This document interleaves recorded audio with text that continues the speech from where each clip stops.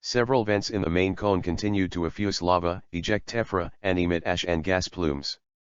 Lava moved through pre-existing lava channels, lava tubes, over older flows, and over new ground, increasing the flow field that consists of overlapping flows and two lava deltas.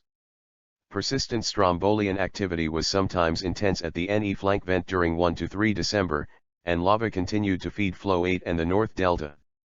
Lava fountains rose 400 to 500 m above the vent on December 2. A new pyroclastic cone had formed around the vent, though it was unstable, and blocks from collapses of parts of it were transported downslope by lava flows. The northernmost flow, flow 12, traveled over new ground in the fronton area and then rejoined flow 8 downslope. The flows reached part of the Takand Highway on December 3. The vents in the main cone were quieter, periodically emitting ash and gases. A crack opened in an area 100 m of the main vent, likely from subsidence, because it was not hot or emitting gas. The vent was quiet by December 4. On December 3 a new fissure opened on the southeast of the main cone and produced strombolian activity and fast-moving lava flows that traveled southwest, along flow 10. The flow continued to advance west on December 4, though at a slower rate as it moved over new ground in gaps between flows 3 and 11. Several new vents along a fissure located west of Montana del Cogot opened at noon on December 4 and produced multiple fast-moving lava flows. The flows descended southwest over new ground, crossing into the municipalities of Tazacorte and Los Llanos de Aradane, destroying 60 homes.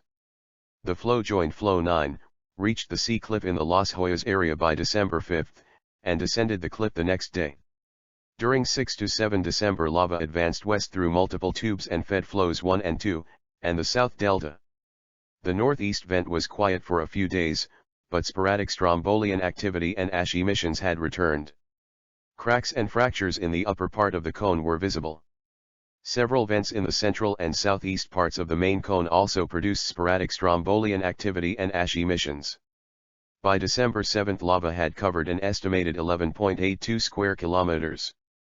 The number of people that had evacuated and were staying in hotels had increased to 537. Gas and ash emissions periodically impacted island residents. Suspended ash and high concentrations of volcanic gases triggered a few air quality alerts mostly affecting the W part of the island. Authorities warned residents in some areas to stay indoors. Residents and essential personnel were occasionally barred from entering the exclusion zones to irrigate crops and remove ash from streets and buildings. Daily measurements indicated that sulfur dioxide emissions persisted at high levels, indicating values of 1,000 to 29,999 tons per day.